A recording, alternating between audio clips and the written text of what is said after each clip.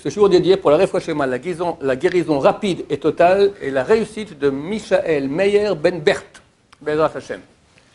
L'histoire que raconte le Rav Drouk. Le Rav Drouk, c'est un Rav actuel, un de mes gens d'étudier dans son collège.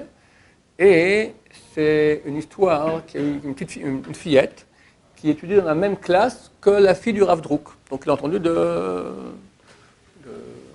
première version, vu qu'il s'agit d'une fille de la classe de sa fille.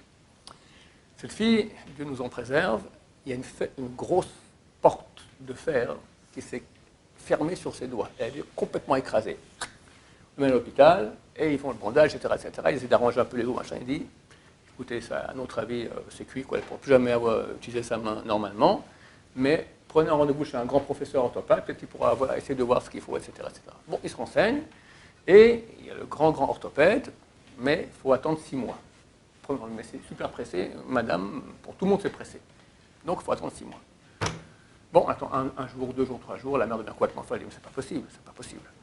Sans dire à son mari, elle part le matin, elle va à Méron, voir Rabbi Shimon Bar Yochai, combien, c'est un des endroits le plus saint du monde, combien d'histoires il y a là-bas de gens qui ont été sauvés. Elle prie, elle pleure, elle prie, elle pleure, elle prie, elle pleure, ok, elle revient. Dans le bus, son mari l'appelle, tu sais pas quoi, miracle, qu'est-ce qui s'est passé?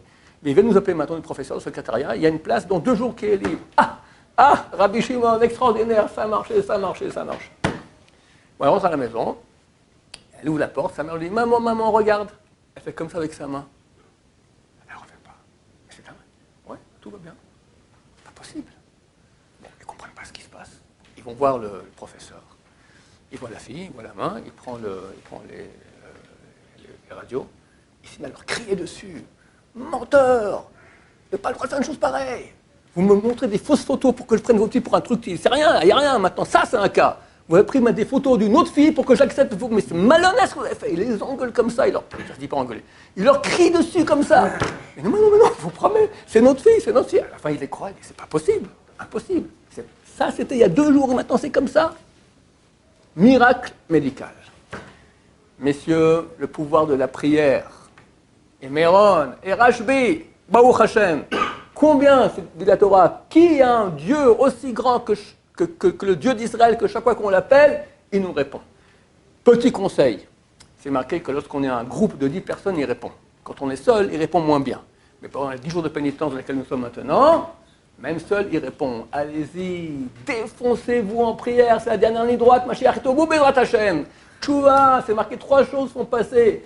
Le mauvais décret, la tzedaka, la tchouva et la prière. Il faut se défoncer dans ces 3 domaines. Et ainsi, on va faire Mashiach Bezrat Hashem. Baruch Adonai, l'olam, amen va amen. Amen.